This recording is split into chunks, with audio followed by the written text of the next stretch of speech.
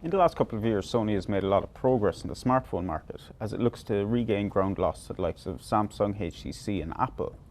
The basis for this progress has been the Xperia Z range of smartphones, and in 2014 the Xperia Z2 is going to be its top phone.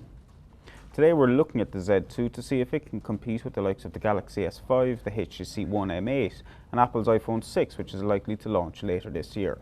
It may look a lot like the Xperia Z1, but the Z2 is now slimmer, lighter and a little bit taller than last year's model. The effect is that it feels much nicer when you hold it, though with a 5.2-inch screen, it is difficult to use one-handed.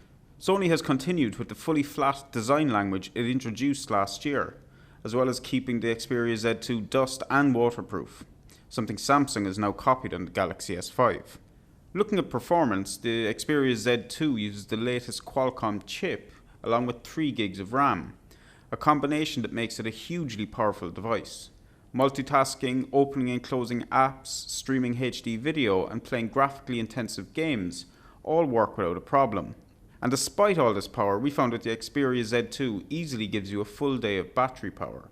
Reports ahead of launch suggested Sony was having issues with the rear glass cover getting really hot during intense use. We didn't find this to be a problem during our testing. Sony's 20.7 megapixel camera is similar to the one featured on the Z1 and Z1 Compact. It features autofocus and LED flash, plus touch focus, face detection, image stabilization, HDR and panorama modes. All this make it one of the best smartphone cameras out there, and while it may not quite match up to the Lumia 1020, it's definitely the leader of the Android pack. Sony has also decided to include high-resolution 4K video recording on the Xperia Z2, but while this may be the future, I'm not sure how many people will be really using it right now. Also, it should be noted the inclusion of a physical shutter button is a real benefit, giving you quick access to the camera at all times. So the Xperia Z2 may not be a dramatic improvement over last year's Z1, but what it is showing is that Sony is still producing phones which are competing right at the top end of the market.